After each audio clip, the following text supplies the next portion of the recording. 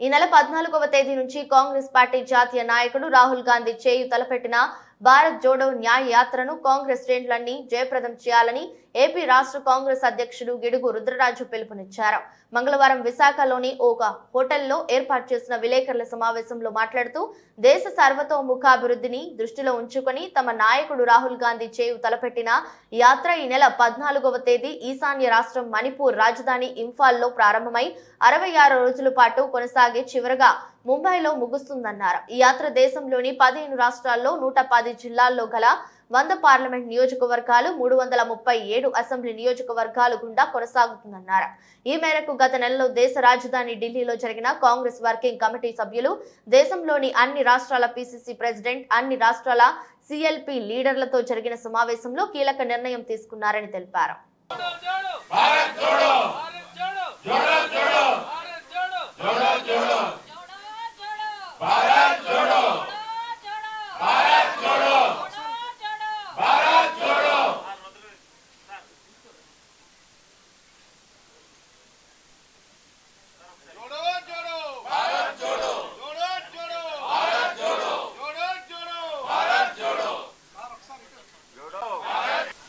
జాతీయ స్థాయిలో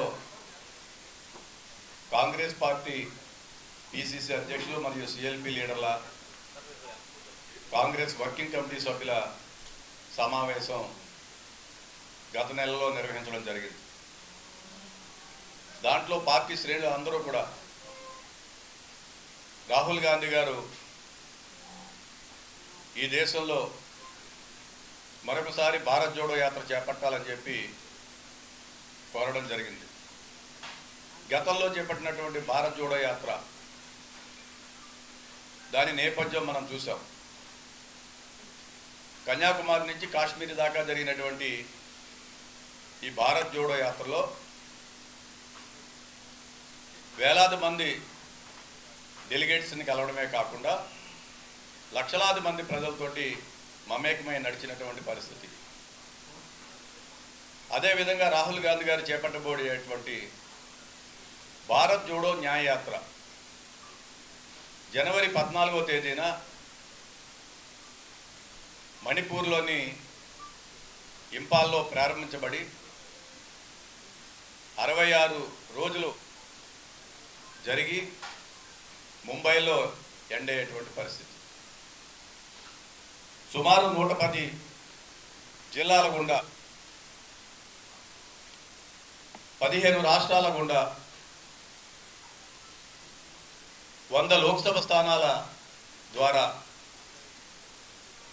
337 అసెంబ్లీ నియోజకవర్గాలలో 6700 పైచిలుకు కిలోమీటర్లని ఈ భారత్ జోడో న్యాయయాత్ర ద్వారా రాహుల్ గాంధీ గారు నిర్వహించబోతున్నారు. కాంగ్రెస్ పార్టీగా డాక్టర్ బాబాసాహెబ్ అంబేద్కర్ గారు ఇచ్చినటువంటి రాజ్యాంగం ప్రకారం సమాజంలో ఉన్నటువంటి అన్ని వర్గాలకి న్యాయం జరగాలనేటువంటిది కాంగ్రెస్ పార్టీ ఆలోచన.